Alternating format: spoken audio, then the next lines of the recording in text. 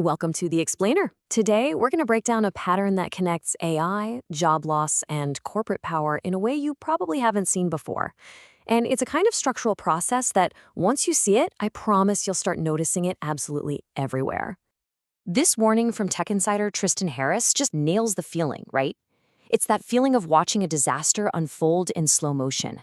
And according to the sources we're looking at today, that disaster doesn't start with a big bang, but with a quiet decision made in an office somewhere. So to really understand this, we're going to start with our canary in the coal mine, the legal world. What's happening to brand new lawyers right now is a huge early warning for a much, much bigger shift across the entire economy.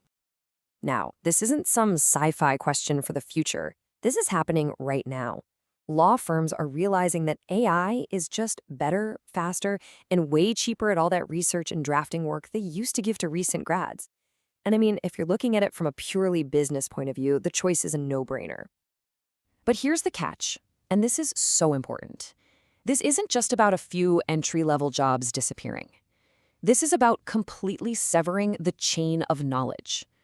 See, when beginners can't learn on the job from the experts above them, they can never become senior experts themselves. The entire pipeline for creating talent just breaks. So that broken pipeline? Well, it kicks off with the sources we're looking at called the expertise doom loop. And yeah, it's a dangerous, repeating cycle that basically eats itself. The process actually has a technical name, a skill atrophy feedback loop. It's a system that's designed to be super efficient today. But the paradox is that it completely destroys the human talent it needs to function tomorrow. The AI helps so much that it ends up hollowing out the very profession it was supposed to help.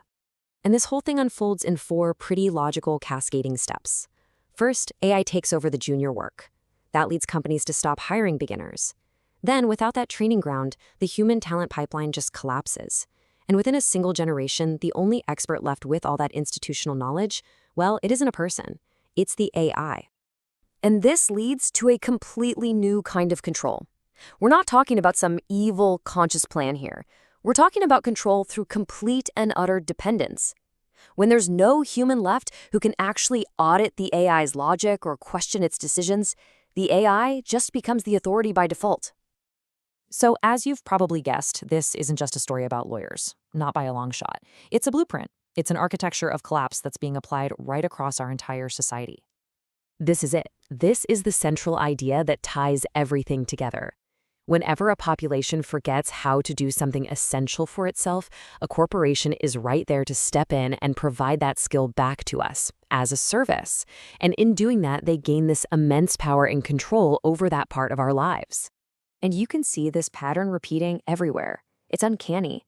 We lose our legal reasoning skills, and suddenly tech companies own the legal system. We lose our cooking skills, and giant food conglomerates get to control our nutrition and our health. The dynamic is exactly the same in medicine, in agriculture, you name it. Every single time a human skill is lost, corporate power is gained. So the end result of all this is a system where we become so dependent on these massive, centralized companies that we actually lose the ability to challenge them. We just don't know how things work anymore, and that makes any kind of real oversight basically impossible.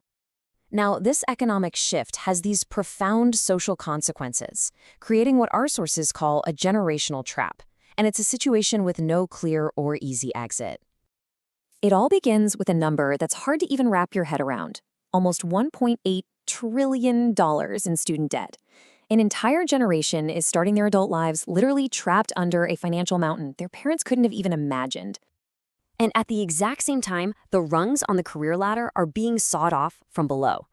Those entry-level jobs, the very positions you need to pay off that crushing debt, are just vanishing at a shocking rate, with AI being a huge reason why. So you can imagine how this creates a generation that feels profoundly betrayed.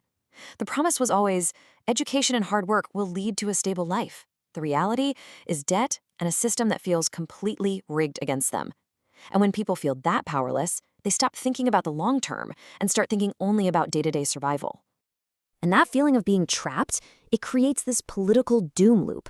Hopelessness makes people listen to leaders who offer these huge, sweeping solutions. But those solutions usually centralize more power in the government, which corporations can then easily influence for their own profit. This just makes everyone more dependent on the system, which reinforces that original sense of hopelessness, and the loop starts all over again. So, if this is a trap, how do we escape?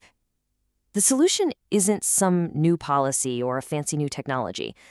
The way out is to rebuild something that's way more fundamental. The antidote, according to these sources, is to rebuild our literacy.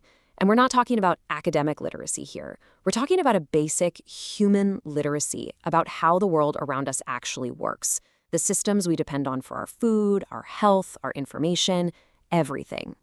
So, what does human literacy actually mean? It means actively regaining practical knowledge. It's being able to explain these invisible systems to other people. It's understanding the food we eat, the way our own bodies work, and always, always questioning if the convenience a system offers is actually worth the dependency it creates.